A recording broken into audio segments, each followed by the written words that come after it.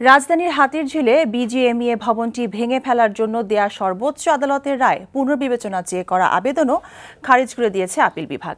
এর ফলে ভবনটি ভেঙে ফেলতে আইনগত আর কোনো বাধা নেই। প্রধান বিচারপতি এস.কে. সিনহার নেতৃত্বাধীন আপিল বিভাগের ৩ সদস্যের বেঞ্চ আজ এই রায় দেন।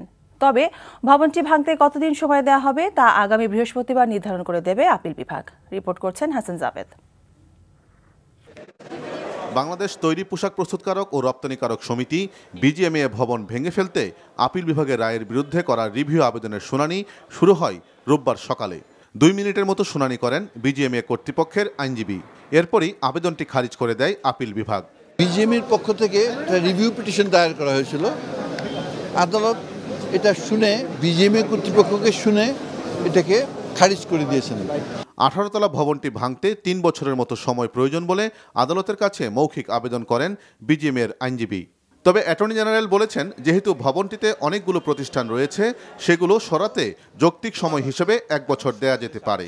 পরে আদালত বিজিএমইএ কর্তৃপক্ষকে এ বিষয়ে লিখিত আবেদন করতে বলে এবং আদেশের জন্য বৃহস্পতিবার দিন ধার্য রাখে।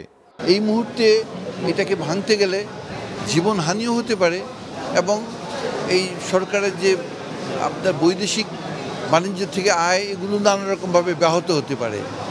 তো এই সমস্ত কথা শুনে আদালত বলেছেন বিজিএমইকে এটি দরখাস্ত দেওয়ার জন্য যে এটা শিফট করার ব্যাপারে তাদের কতদিন সময় লাগবে এবং আগামী বৃহস্পতিবারের ভিতরে বিজিএমই কর্তৃপক্ষ দরখাস্ত দিলে ওনারা হয়তো বিবেচনা করতে পারেন। কি বিবেচনা করবেন না করবেন সেটা আদালতের বিষয়। 2011 সালের 3রা এপ্রিল ভবনটি ভেঙে ফেলতে হাইকোর্ট রায় দেয় এবং রায়ে ওই ভবনটিকে হাতিরঝিল প্রকল্পের ক্যান্সারের মতো বলে উল্লেখ করে।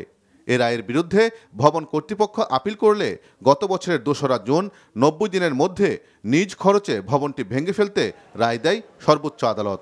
এরপর নভেম্বরে পূর্ণাঙ্গ রায় প্রকাশিত হলে ডিসেম্বরে রায় পুনর্বিবেচনা চেয়ে আবেদন করেন বিজিএমইএর সভাপতি।